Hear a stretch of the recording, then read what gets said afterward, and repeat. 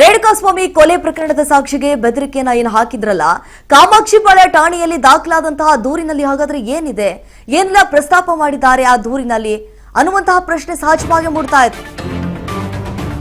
ರೇಣುಕಾಸ್ವಾಮಿ ಕೊಲೆ ಪ್ರಕರಣದ ಸಾಕ್ಷಿಗೆ ಬೆದರಿಕೆಯನ್ನ ಒಡ್ಡಲಾಗಿತ್ತಲ್ಲ, ಆ ಕೇಸ್ಗೆ ಸಂಬಂಧಪಟ್ಟಂತೆ ಬೆದರಿಕೆ ಹಿಂದಿರುವಂತಹ ಆ ನಾಲ್ವರು ಯಾರು? ಹಾಗಾದ್ರೆ ವಿಡಿಯೋ ಕಾನ್ಫರೆನ್ಸ್ ರಹಸ್ಯದ ಬಗ್ಗೆ ತನಿಖೆ ನಡೀತಾ ಇದೆ.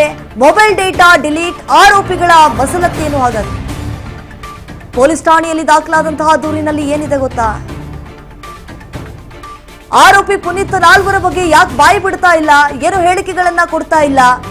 ಆ ನಾಲ್ವರಿಗೂ ಸಾಕ್ಷಿ ಬೆದರಿಕೆಗೂ ಇರುವಂತಹ ಲಿಂಕ್ ಆದ್ರೂ ಏನು? ಆರೋಪಿ ಪುನೀತ್ಗೆ ಕಾಮಾಕ್ಷಿಪಾಳ್ಯ ಪೊಲೀಸರಿಂದ ಗ್ರಿಲ್ ಆಗ್ತಾ ಇದೆ. ನೋಡಿ, ರೇಣುಕಾಸ್ವಾಮಿ ಕೊಲೆ ಕೇಸ್ಗೆ ಸಂಬಂಧಪಟ್ಟಂತೆ ಆರೋಪಿ ಪುನೀತ್ ಈ ಒಂದು ಪ್ರಕರಣದಲ್ಲಿ ಏನು ಪುನೀತ್ ಆರೋಪಿ ಇದ್ದಾನೆ, ಆತನ ಮುಖಾಂತರ ಕೆಲವೊಂದಿಷ್ಟು ಸಾಕ್ಷಿಗಳನ್ನ ಹೇಳಿಕೆಗಳನ್ನ ಪಡೆದುಕೊಳ್ಳುವಲ್ಲಿ ಪೊಲೀಸರು ವಿಫಲರಾಗ್ಬಿಟ್ಟಿದ್ದಾರೆ. ಪೊಲೀಸರು ಏನೇ ಕೇಳಿದ್ರು ಕೂಡ ಆತ ಬಾಯಿ ಬಿಡ್ತಾ ಇಲ್ಲ. ಯಾಕಂತಂದ್ರೆ ಸಾಕಷ್ಟು ಬೆದರಿಕೆಯನ್ನು ಒಡ್ಡಿದ್ದಾರೆ, ನಾವು ಹಂಗ್ ಮಾಡ್ಬಿಡ್ತೀವಿ ಹಿಂಗ್ ಮಾಡ್ಬಿಡ್ತೀವಿ ಅಂತ ಹೇಳಿ. ಒಂದ್ ವೇಳೆ ಏನಾದ್ರೂ ನೀನು ಬಾಯಿ ಬಿಟ್ಟಿದ್ದೇ ಆದಲ್ಲಿ ಪೊಲೀಸರ ಮುಂದೆ ನಿನ್ನನ್ನು ಮುಗಿಸಾಕ್ಬಿಡ್ತೀವಿ ಅಂತ ಹೇಳಿ. ಹಾಗಾದ್ರೆ ಆ ದೂರಿನಲ್ಲಿ ಇರುವಂತದ್ದು ಏನು ಮಸಲತ್ ಮಾಡಿದ್ರು? ಡೇಟಾ ನೋಡಿದ್ರೆ ಡಿಲೀಟ್ ಆಗಿದೆ, ಸಾಕಷ್ಟು ಜಾಲಾಡ್ತಾ ಇದ್ದಾರೆ. ಎಎಸ್ಐ ನಟೇಶ್ ನೀಡಿದ ದೂರಿನ ಮೇರೆಗೆ ಪ್ರಕರಣ ದಾಖಲಿಸಿಕೊಂಡಿದ್ದಾರೆ. ಕೋರ್ಟ್ ಆದೇಶದಂತೆ ಸಾಕ್ಷಿದಾರರಿಗೆ ವಿಚಾರಣೆಗೆ ಹಾಜರಿಗೆ ಕರೆ ಕೊಟ್ಟಿದ್ದಾರೆ. ಸಂದೀಪ್ಗೆ ಕರೆ ಮಾಡಿ ಕೋರ್ಟ್ಗೆ ಹಾಜರಾಗುವಂತೆ ಹೇಳಲಾಗಿತ್ತು. ಆಗ ಸಂದೀಪ್ ಹೇಳಿಕೆಯನ್ನ ಆಧರಿಸಿ ದೂರನ್ನ ದಾಖಲಿಸಿಕೊಳ್ಳಲಾಗಿತ್ತು. ಜೂನ್ 25ರಂದು ಬಾರ್ ಅಂಡ್ ರೆಸ್ಟೋರೆಂಟ್ನಲ್ಲಿ ಕೆಲಸ ಮಾಡ್ತಾ ಇದ್ದ. ಇದೇ ವೇಳೆ ಸಂದೀಪ್ಗೆ ಕರೆ ಮಾಡಿದಂತಹ ಬೋವಿಪಾಳ್ಯದ ಆಕರ್ಷ್ ಫೋನ್ನಿಂದ ಸಂದೀಪ್ ನಂಬರ್ಗೆ ಕರೆ ಮಾಡಿರ್ತಾನೆ. ಆಕರ್ಷ್, ನಿನ್ನ ಜೊತೆಯಲ್ಲಿ ಸ್ವಲ್ಪ ಮಾತಾಡಬೇಕು ಅಂತ ಹೇಳಿದ್ನಂತೆ. ನಾನು ಕೆಲಸದಲ್ಲಿದ್ದೆ, ಆತನೊಂದಿಗೆ ಹೋಗೋದಕ್ಕೆ ಆಗಿರ್ಲಿಲ್ಲ.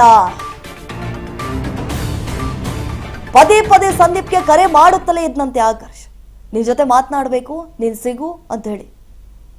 ನೋಡಿ, ರೇಣುಕಾಸ್ವಾಮಿ ಕೊಲೆ ಪ್ರಕರಣಕ್ಕೆ ಸಂಬಂಧಪಟ್ಟಂತೆ ಈಗ ನ್ಯಾಯಾಲಯದಲ್ಲಿ ಈ ಸಾಕ್ಷಿಗಳ ವಿಚಾರಣೆ ಆಗ್ತಾ ಇದೆ. ಬಹಳ ಕುಲಂಕುಷವಾಗಿ ತನಿಖೆಯನ್ನು ಮುಂದುವರೆಸಿದ್ದಾರೆ ಅಧಿಕಾರಿಗಳು.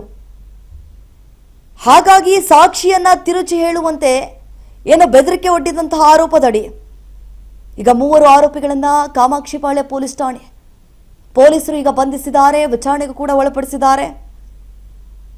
ಪ್ರಕರಣದ 49ನೇ ಸಾಕ್ಷಿದಾರ ಸಂದೀಪ್ ಏನಿದ್ದಾನೆ, ಆತನಿಂದ ಕೆಲವೊಂದಿಷ್ಟು ಹೇಳಿಕೆಗಳನ್ನ ಪಡೆದುಕೊಳ್ಳಬೇಕು ಅನ್ನುವಂತಹ ನಿಟ್ಟಿನಲ್ಲಿ ಪೊಲೀಸರು ಆತನನ್ನ ಕರೆಸಿದ್ರು. ಆದ್ರೆ ಮುಂಚಿತವಾಗಿ ಆತನಿಗೆ ಕರೆ ಮಾಡಿ ಬೆದರಿಕೆಯನ್ನು ಒಡ್ಡಲಾಗಿತ್ತು. ನೀನೇನೇ ಪೊಲೀಸರ ಕೇಳುವಂತಹ ಪ್ರಶ್ನೆಗಳಿಗೆ ಸಮಂಜಸವಾಗಿ ಉತ್ತರವನ್ನ ಕೊಟ್ರೆ ಅಷ್ಟೇ ನಿನ್ನ ಮುಗಿಸಾಕ್ಬಿಡ್ತೀವಿ ಅಂತ ಹೇಳಿ. ಹಾಗಾಗಿ ಈಗ ಕಟ್ಟುನಿಟ್ಟಿನ ಕ್ರಮವನ್ನ ಕೈಗೊಂಡಿದ್ದಾರೆ. ಸಂದೀಪ್ಗೆ ಕರೆ ಮಾಡಿ ಕೋರ್ಟ್ಗೆ ಹಾಜರಾಗುವಂತೆ ಹೇಳಲಾಗಿತ್ತಲ್ಲ, ಈಗ ಕಾನ್ಫರೆನ್ಸ್ ಮೂಲಕ ಹೇಳಿಕೆಯನ್ನ ಪಡೆದುಕೊಳ್ಬೇಕು ಅಂತ ಹೇಳಿ ಅಧಿಕಾರಿಗಳು ಈಗ ಸಿದ್ಧತೆಯನ್ನ ನಡೆಸಿದ್ದಾರೆ. ರಾತ್ರಿ ಸಮಯದಲ್ಲಿ ಕರೆಯನ್ನ ಸ್ವೀಕರಿಸಿ ಮಾತನಾಡಿದಂತೆ ಸಂದೀಪ್ ಬಾರ್ನ ರಸ್ತೆಯಲ್ಲಿರುವಂತಹ ಪೆಟ್ರೋಲ್ ಬಂಕ್ ಬಳಿ ಬರುವಂತೆ ತಿಳಿಸಿದ್ದ. ದ್ವಿಚಕ್ರ ವಾಹನದಲ್ಲಿ ಪೆಟ್ರೋಲ್ ಬಂಕ್ ಹತ್ತಿರ ಹೋಗಿದ್ದಂತೆ ಸಂದೀಪ್. ಬಂಕ್ನಲ್ಲಿ ನಿಂತಿದ್ದ ಬಳಿ ಬಣ್ಣದ ಕಾರಿನ ಬಳಿ ಕರೆದುಕೊಂಡು ಹೋಗಿದ್ದ. ಕಾರಿನಲ್ಲಿ ಹಿಂದಿನ ಸೀಟ್ನಲ್ಲಿ ಸಂದೀಪ್ಗೆ ಕುಳಿತುಕೊಳ್ಳುವಂತೆ ಹೇಳಿದ್ದ. ಆಕರ್ಷ ಕಾರಿನ ಮುಂಭಾಗದ ಸೀಟಿನಲ್ಲಿ ಕುಳಿತುಕೊಂಡಿದ್ದ ಅಂತೆ. ಡ್ರೈವರ್ ಸೀಟಿನಲ್ಲಿ ಒಬ್ಬ, ಹಿಂಭಾಗ ಸೀಟಿನಲ್ಲಿ ಮತ್ತೊಬ್ಬ ವ್ಯಕ್ತಿ ಇದ್ದ. ಹಿಂಭಾಗದ ಸೀಟಿನಲ್ಲಿ ಕುಳಿತಿದ್ದಂತಹ ವ್ಯಕ್ತಿಯ ಪ್ರಶ್ನೆ ಮಾಡಿದ್ದ. ನೀವು ನ್ಯಾಯಾಲಯಕ್ಕೆ ಹೋಗಿದ್ರಾ, ಏನಾಯ್ತು ಅಂತ ಕೇಳಿದ್ದ. ನನ್ನ ವಿಚಾರಣೆಯನ್ನು ಮಾಡಿಲ್ಲ ಅಂತ ಹೇಳಿ ಸಂದೀಪ್ ತಿಳಿಸಿದ್ನಂತೆ. ನೋಡಿ, ಎಲ್ಲ ಈ ರೇಣುಕಾಸ್ವಾಮಿ ಪ್ರಕರಣದಲ್ಲಿ ಬೆಳವಣಿಗೆಗಳಾಗ್ತಿದಾವೆ ಅಂತ ಹೇಳಿ ಸಂದೀಪ್ನನ್ನ ವಿಚಾರಣೆಗೆ ಒಳಪಡಿಸಿದಂತಹ ಸಂದರ್ಭದಲ್ಲಿ ಯಾವಾಗ ನ್ಯಾಯಾಲಯಕ್ಕೆ ಹೋಗಿದ್ರಲ್ಲ, ಆ ಸಂದರ್ಭದಲ್ಲಿ ಆಬ್ವಿಯಸ್ಲಿ ನ್ಯಾಯಾಧೀಶರು ಪ್ರಶ್ನೆಯನ್ನ ಕೇಳ್ತಾರೆ. ಯಾಕಂತಂದ್ರೆ ಸಾಕ್ಷಿಯಾಗಿ ಹೋಗಿದ್ದಾರೆ ಅಂತಂದ್ರೆ ಅಲ್ಲಿ ಅವರನ್ನ ಬಹಳ ಗಂಭೀರವಾಗಿ ಪರಿಗಣಿಸ್ತಾರೆ. ಆ ಸಂದರ್ಭದಲ್ಲಿ ಕೆಲವೊಂದಿಷ್ಟು ಪ್ರಶ್ನೆಗಳನ್ನ ಅವರನ್ನ ಕೇಳ್ತಾರೆ. ಆಗ ಅವರು ಸಮಂಜಸವಾಗಿ ಉತ್ತರ ಕೊಡ್ತಾರಾ ಇಲ್ವೋ ಅಂತ ಹೇಳಿ.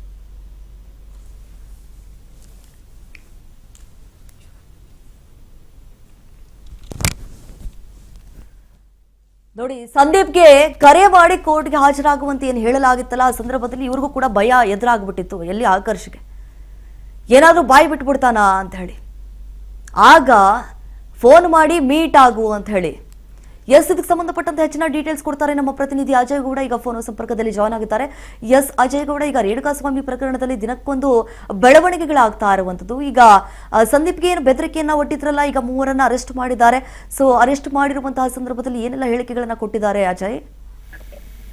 ದೀಪಾ, ನಿಜಕ್ಕೂ ಅಂದ್ರೆ ಇಲ್ಲಿ ಪ್ರಮುಖವಾಗಿ ಈ ಒಂದು ರೇಣುಕಾಸ್ವಾಮಿ ಕೊಲೆ ಪ್ರಕರಣದಲ್ಲಿ ಸಾಕ್ಷಿ ಅಂದ್ರೆ 49ನೇ ಸಾಕ್ಷಿ ಆಗಿದ್ದಂತ ಸಂದೀಪ್ ಏನಿದ್ದಾನೆ, ಆತನನ್ನ ಬೆದರಿಕೆ ಹಾಕಿದಂತ ಪ್ರಕರಣದಲ್ಲಿ ಈಗಾಗಲೇ ಕಾಮಾಕ್ಷಿಪಾಳ್ಯ ಪೊಲೀಸರು 3 ಜನ ಆರೋಪಿಗಳನ್ನ ಬಂಧಿಸಿ ತನಿಖೆಯನ್ನು ಕೂಡ ನಡೆಸ್ತಾ ಇದ್ದಾರೆ. ಇದರ ಬೆನ್ನಲ್ಲೇ ಅಲ್ಲಿ ಕಾಮಾಕ್ಷಿಪಾಳ್ಯ ಪೊಲೀಸ್ ಠಾಣೆಯಲ್ಲಿ ಕೆಲವೊಂದಷ್ಟು ದೂರಿನಲ್ಲಿ ಉಲ್ಲೇಖ ಆಗಿರುವಂತ ಒಂದು ಅಂಶಗಳನ್ನ ನೋಡ್ತಾ ಹೋದ್ರೆ, ಇಲ್ಲಿ ಮೊದಲಿಗೆ ಒಂದು ನ್ಯಾಯಾಲಯದ ಆದೇಶದ ಮೇಲೆ ಸಾಕ್ಷಿದಾರ ಆಗಿರುವಂತಹ ಸಂದೀಪ್ಗೆ ಒಂದು ಮಾಹಿತಿಯನ್ನ ಮಾಡ್ತಾರೆ. ವಿಚಾರಣೆಗೆ ಹಾಜರಾಗಬೇಕು, ಈ ಒಂದು ಪ್ರಕರಣದಲ್ಲಿ ಸಾಕ್ಷಿಯನ್ನ ಹೇಳ್ಬೇಕು ಅಂತ ಹೇಳಿ ಸಂದೀಪ್ಗೆ ಒಂದು ಕರೆಯನ್ನ ಮಾಡಿ ಹೇಳ್ತಾರೆ. ಆ ಒಂದು ಸಂದರ್ಭದಲ್ಲಿ ಸಂದೀಪ್ ಕೂಡ ಸಾಕಷ್ಟು ವಿಚಾರವನ್ನ ಮುಂದಿಡ್ತಾನೆ. ಅಂದ್ರೆ ಈ ಸಂದೀಪ್ ಏನಿದ್ದಾನೆ, ಕಳೆದ ತಿಂಗಳು 25ರಂದು ಒಂದು ಈತ ದುರ್ಗಾಬಾರ್ನಲ್ಲಿ ಒಂದು ಕೆಲಸವನ್ನ ಮಾಡ್ತಾ ಇರ್ತಾನೆ. ಈ ವೇಳೆ ಗೊತ್ತಿರುವಂತ ವಿಚಾರ ಅಂದ್ರೆ ಆತನಿಗೆ ತೀರಾ ಆಪ್ತವಾಗಿರುವಂತ ವ್ಯಕ್ತಿ ಒಬ್ಬ ಆಕರ್ಷ್ ಅಂತ ಏನಿದ್ದಾನೆ, ಆತ ಬೋವಿಪಾಳ್ಯದ ನಿವಾಸಿ ಆಗಿದ್ದಾನೆ. ಆತನ ನಂಬರ್ ಇಂದ ಸಂದೀಪ್ಗೆ ಕರೆಯನ್ನ ಮಾಡ್ತಾನೆ. ನಿನ್ ಜೊತೆ ಮಾತನಾಡ್ಬೇಕು ಸಂದೀಪ್, ಬಾ ಅಂತ ಹೇಳಿ ಕರೀತಾನೆ. ಆ ಒಂದು ಸಂದರ್ಭದಲ್ಲಿ ಈ ಸಂದೀಪ್ ಏನಿದ್ದಾನೆ, ಆತ ಕೆಲಸವನ್ನ ಮಾಡ್ತಾ ಇದ್ವಿ, ನಾನು ಆಮೇಲೆ ಸಿಗ್ತೀನಿ ಅಂತ ಹೇಳಿದಂತ ಸಂದರ್ಭದಲ್ಲಿ ಆದ್ರೆ ಇಲ್ಲಿ ಆಕರ್ಷ್ ಪದೇ ಪದೇ ರಾತ್ರಿ ಆದ್ರೂ ಕೂಡ ಕರೆಯನ್ನ ಮಾಡಿ ಭೇಟಿ ಆಗ್ಬೇಕು, ನಿಮ್ಮ ಬಾರ್ ಪಕ್ಕದಲ್ಲಿ ಇರುವಂತ ಒಂದು ಪೆಟ್ರೋಲ್ ಬಂಕ್ ನಲ್ಲಿ ಇದೀನಿ, ಅಲ್ಲಿ ಬಾ ಅಂತ ಹೇಳಿ ಹೇಳ್ತಾನೆ. ನಂತರವಾಗಿ ಸಂದೀಪ್ ಕೂಡ ಅಲ್ಲಿ ಹೋದಂತ ಸಂದರ್ಭದಲ್ಲಿ ಒಂದು ಕಾರು, ಬಿಳಿ ಬಣ್ಣದ ಹೋಂಡೆ ವರ್ಣ ಕಾರ್ ಇರುತ್ತೆ, ಅದರಲ್ಲಿ ಡ್ರೈವರ್ ಸೇರಿದಂತೆ ಆಕರ್ಷ್ ಸೇರಿದಂತೆ ಮತ್ತೊಬ್ಬ ವ್ಯಕ್ತಿ ಹಿಂಭಾಗದ ಸೀಟ್ ನಲ್ಲಿ ಕೂತಿರ್ತಾನೆ. ನಂತರ ಇಬ್ರು ಕೂಡ ಕಾರ್ನಲ್ಲಿ ಕೂತ್ಕೊಂತಾರೆ. ಅದಾದ ಸ್ವಲ್ಪ ದೂರ ಹೋದಂತ ಸಂದರ್ಭದಲ್ಲಿ ಮತ್ತೊಬ್ಬ ವ್ಯಕ್ತಿ ಕೂಡ ಆ ಒಂದು ಕಾರ್ನಲ್ಲಿ ಬಂದು ಕೂತ್ಕೊಂತಾನೆ.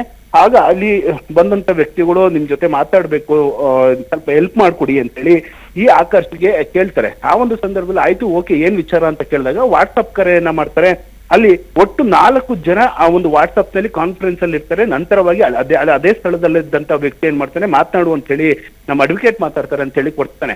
ಆತ ಅಡ್ವೊಕೇಟ್ ಮಾತನಾಡುವಂತ ಸಂದರ್ಭದಲ್ಲಿ ಕೂಡ ನೀವು ಒಂದು ನನ್ಗೆ ಹೆಲ್ಪ್ ಮಾಡ್ಬೇಕು, ಈ ಒಂದು ಪ್ರಕರಣದಲ್ಲಿ ರಾಘವೇಂದ್ರ ಆಗಿರ್ಬೋದು, ಅನುಕುಮಾರ್ ಆಗಿರ್ಬೋದು, ಜಗದೀಶ್ ಆಗಿರ್ಬೋದು, ಈ 3 ಜನರ ಬಗ್ಗೆ ನಿಮ್ಗೆ ಏನೂ ಗೊತ್ತಿಲ್ಲ ಅಂತ ಹೇಳಿ ಕೋರ್ಟ್ ನಲ್ಲಿ ಹೇಳಿಕೆಯನ್ನ ಕೊಡಿ ಅಂತ ಹೇಳಿ ಹೇಳ್ತಾನೆ. ಆ ಒಂದು ಸಂದರ್ಭದಲ್ಲಿ ಲಾಯರ್ ಕೂಡ ಮಾತನಾಡುವಂತ ವೇಳೆಯಲ್ಲಿ ಏನಾದ್ರೂ ಪೊಲೀಸರು ಕೇಳಿದ್ರ ನಮ್ಮ ವಿರುದ್ಧವಾಗಿ ಅಥವಾ ಸಾಕ್ಷಿದಾರಗಳ ಈ ಆರೋಪಿಗಳ ವಿಚಾರವಾಗಿ ಏನಾದ್ರು ಅವರೇ ಹೇಳ್ಕೊಟ್ಟಿದ್ರ ಪೊಲೀಸ್ನವರು ಅಂತ ಹೇಳಿ ಸಂದೀಪ್ಗೆ ಕೇಳಿದಂತ ಸಂದರ್ಭದಲ್ಲಿ ಸಂದೀಪ್ ಕೂಡ ಇಲ್ಲ, ಆಗಿರುವಂತ ಘಟನೆ ಬಗ್ಗೆ ಏನಿದೆ ಮಾಹಿತಿನ ನೀವು ನ್ಯಾಯಾಧೀಶರ ಮುಂದೆ ಹೇಳ್ಬೇಕು ಅಂತ ಹೇಳಿದ್ರೆ ಅದೇ ರೀತಿಯಾಗಿ ನಾನು ಹೇಳಬೇಕಾಯ್ತು, ಹೋಗಿದ್ದೆ. ಅದಾದ ನಂತರವಾಗಿ 2 ಬಾರಿ ಹೋದಂತ ಸಂದರ್ಭದಲ್ಲೂ ವಿಚಾರಣೆ ನಂದು ನಡೆದಿಲ್ಲ ಅಂತ ಹೇಳಿ ಆತ ಅಡ್ವೊಕೇಟ್ಗೆ ಹೇಳ್ತಾನೆ.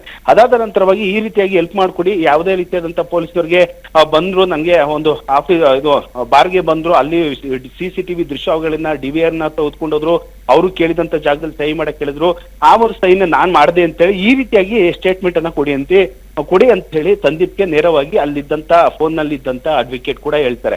ಅದಾದ ನಂತರವಾಗಿ ಈತ ಗಾಬರಿಗೊಳ್ತಾನೆ. ನಂತರ ಇದ್ದಂತ ವ್ಯಕ್ತಿ ಕೂಡ ನಿನ್ಗೇನು ಆಗಲ್ಲ, ಎಲ್ಲಾ ರೀತಿಯಾದಂತ ಹೆಲ್ಪ್ ಅನ್ನ ಮಾಡ್ತೀವಿ ಅಂತ ಹೇಳಿ ಹೇಳ್ಬಿಟ್ಟು ಅಲ್ಲಿಂದ ಆತನನ್ನ ಕಳಿಸ್ತಾರೆ. ಆದ್ರೆ ಯಾವಾಗ ಈ ಒಂದು ಘಟನೆ ಆಗುತ್ತೋ ಮಾರನೇ ದಿನ ಮತ್ತೆ ಆತನಿಗೆ ಕರೆಯನ್ನ ಮಾಡ್ತಾರೆ, ಹೇಳ್ದಂಗೆ ಕೇಳು ಅಂತ. ಆದ್ರೆ ಈತ ಕರೆಯನ್ನ ಸ್ವೀಕರಿಸೋದಿಲ್ಲ. ಹೀಗಾಗಿ ಅನ್ನೋ ನಂಬರ್ಗಳಿಂದನೂ ಕೂಡ ನಿರಂತರವಾಗಿ ಫೋನ್ಗಳು ಬರ್ತಾ ಇರುತ್ತೆ. ಬೆದರಿಕೆ ಹಾಕುವಂತ ರೀತಿಯಲ್ಲಿ ಅವರು ಒಂದು ಫೋನ್ ಮಾಡಿ ಸಂದೀಪ್ಗೆ ಬೆದರಿಕೆನ ಹಾಕ್ತಾ ಇರ್ತಾರೆ. ಇದೇ ವಿಚಾರವನ್ನ ಯಾವಾಗ ಒಂದು ಕಾಮಾಕ್ಷಿಪಾಳ್ಯ ಪೊಲೀಸ್ನವ್ರಿಗೆ ಹೋಗಿ ಈ ರೀತಿಯಾಗಿ ನಾನು ಸಾಕ್ಷಿಯನ್ನ ನುಡಿದಿದೆ, ಈ ಒಂದು ವಿಚಾರದಲ್ಲಿ ನನಗೆ ಈ ರೀತಿಯಾಗಿ 3 ಜನ ಸೇರ್ಕೊಂಡು ಬೆದರಿಕೆನ ಹಾಕಿದ್ರೆ, ಅವತ್ತು ಕೂಡ 4 ಜನ ಬಂದಿದ್ರು ಅಂತ ಹೇಳಿ ಸ್ಟೇಟ್ಮೆಂಟ್ ಅನ್ನು ಕೊಟ್ಟಂತ ನಂತರವಾಗಿ ಈಗ ಪುನೀತ್ ಅಂದ್ರೆ ಈ DFan ಪೇಜ್ ಏನಿದೆ ಸೋಷಿಯಲ್ ಮೀಡಿಯಾದಲ್ಲಿ ಅದನ್ನ ಹ್ಯಾಂಡಲ್ ಮಾಡ್ತಿರುವಂತ ಪುನೀತ್ ಆಗಿರ್ಬೋದು, ಜೊತೆಗೆ ತುಮಕೂರಿನ 2 ನಿವಾಸಿಗಳು ವೇಣು ಹಾಗೂ ಶ್ರೇಯಸ್ ಅಂತ ಏನಿದ್ರೆ, ಅವರು ಇಬ್ರು ಕೂಡ ದರ್ಶನ್ ಅಭಿಮಾನಿ ಸಂಘದ ಸದಸ್ಯರುಗಳು ಅಂತ ಹೇಳಾಗ್ತಾ ಇದೆ. ಅವರನ್ನು ಕೂಡ ಈಗ 3 ಜನನ್ನ ಅರೆಸ್ಟ್ ಮಾಡಿ ತನಿಖೆ ಮಾಡುವಂತ ಕೆಲಸಗಳು ಆಗ್ತಾ ಇದೆ. ಜೊತೆಗೆ ಇನ್ನ 2 ಯಾರು, ಜೊತೆಗೆ ಅಡ್ವೊಕೇಟ್ ಯಾರು, ಅವರ ಜೊತೆ ಕಾನ್ಫರೆನ್ಸ್ ಅಲ್ಲಿ ಇದ್ದಂತ ವ್ಯಕ್ತಿಗಳು ಯಾರು, ಎಲ್ಲ ವಿಚಾರವನ್ನು ಕೂಡ ಪೊಲೀಸರು ಮುಂದಿಟ್ಕೊಂಡು ತನಿಖೆಯನ್ನ ಮಾಡ್ತಾ ಇದ್ದಾರೆ. ಸದ್ಯ ಬಂಧಿತರಿಂದ ಹೇಳಿಕೆ ಕೂಡ ದಾಖಲು ಮಾಡ್ಕೊಂಡಿದ್ದು, ಇನ್ನ ಬೆದರಿಕೆ ಹಾಕಿದಂತ ಬೇರೆಯವರು ಯಾರಿದ್ದಾರೆ ಅನ್ನುವಂತ ತನಿಖೆನ ಪೊಲೀಸರು ಮುಂದುವರಿಸಿದ್ದಾರೆ. ದೀಪಾ. ಅಜಯ್ ಅವರ ಥ್ಯಾಂಕ್ ಯು ತಮ್ಮ ಮಾಹಿತಿಗಾಗಿ. ಈಗಾಗಲೇ ನೋಡಿ ಸಾಕಷ್ಟು ಬೆಳವಣಿಗೆಗಳಾಗ್ತಿದ್ದಾವೆ ಈ ಒಂದು ಪ್ರಕರಣದಲ್ಲಿ.